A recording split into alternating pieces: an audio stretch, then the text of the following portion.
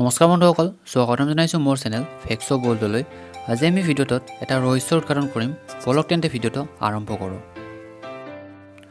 বন্ধুসকল, আপোনালোকে হয়তো শুনি আহিছে জাতিংগাত বিভিন্ন ঠাইৰ পৰা পক্ষীসমূহ আহি আত্মহত্যা কৰে বুলি। আচলতে কিমান সত্য এই কথাটো? বন্ধুসকল, ৰহস্যটো উৎঘাটন কৰাৰ আগত জানো আহক জাতিংগা ঠাইখন ক'ত অৱস্থিত।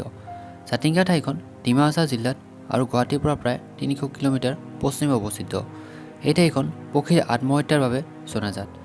এতিয়া হওক আচল কথালৈকে। বন্ধুসকল, আপোনালোকে যদি ভাবি আছে জাতিংগাত পক্ষীসমূহ আহি আত্মহত্যা কৰে বুলি, তেনেহ'লে আপোনালোকে ভুল ভাবি আছে। আচলতে জাতিংগাত পক্ষীসমূহক হত্যাহে কৰা হয়। এতিয়া কথা হ'ল, কোনে এই পক্ষীসমূহক হত্যা কৰে, আত্মাই নে মানুহে?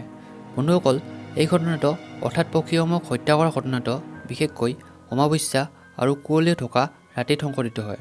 জানিব পৰা মতে এই ঘটনাটো 6 বজাৰ পৰা 9:30 বজাৰ ভিতৰত সংঘটিত হয়। বন্ধুসকল, আপোনালোকে হয়তো অমাৱস্যা আৰু কুঁৱলী থকা ৰাতিৰ কথাটো শুনি ভাবি আছে যে এই ঘটনাটো কোনোবা আত্মা বা ভূতে সংঘটিত কৰা বুলি। আচলতে বন্ধুসকল, এই ঘটনাটো কোনো ভূত বা আত্মাই সংঘটিত নকৰে। এই ঘটনাটো মানুহে সংঘটিত কৰে। কিন্তু এতিয়া কথা হ'ল, মানুহে এই পক্ষীসমূহক কিয় হত্যা কৰে?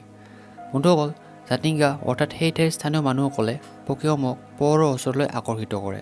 আৰু পক্ষীসমূহে যেতিয়া পোহৰৰ উচ্চলৈ আহে, তেতিয়া জাতিংগাৰ স্থানীয় মানুহসমূহে পক্ষীসমূহক আত্মা হৈ সিহঁতৰ মাজত আতংকৰ সৃষ্টি কৰিবলৈ অহা বুলি ভাবে। আৰু সেইবাবেই জাতিংগাৰ মানুহবোৰে পোহৰৰ ওচৰলৈ অহা পক্ষীবোৰক বাঁহৰ খুঁটা ব্যৱহাৰ কৰি হত্যা কৰে। গতিকে বন্ধুসকল, আমি ইমান দিনে শুনি অহা জাতিংগাত পক্ষীৰ আত্মহত্যা কথাটো সম্পূৰ্ণ মিছা। ইয়াত পক্ষীসমূহক হত্যাহে কৰা হয়।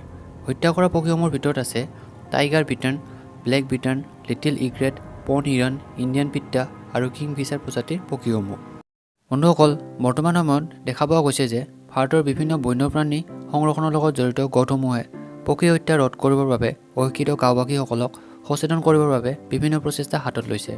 আৰু বৰ্তমান সময়ত জাতিংগাত পক্ষীসমূহৰ হত্যা প্ৰায় 40% হ্ৰাস পাইছে। তো বন্ধুসকল, আজি ভিডিঅ'টোত এইখিনিয়ে। ভিডিঅ'টো চাই যদি আপোনালোকে ভাল পালে, তেতিয়াহ'লে ভিডিঅ'টো লাইক কৰক আৰু চেনেলটো ছাবস্ক্ৰাইব কৰক।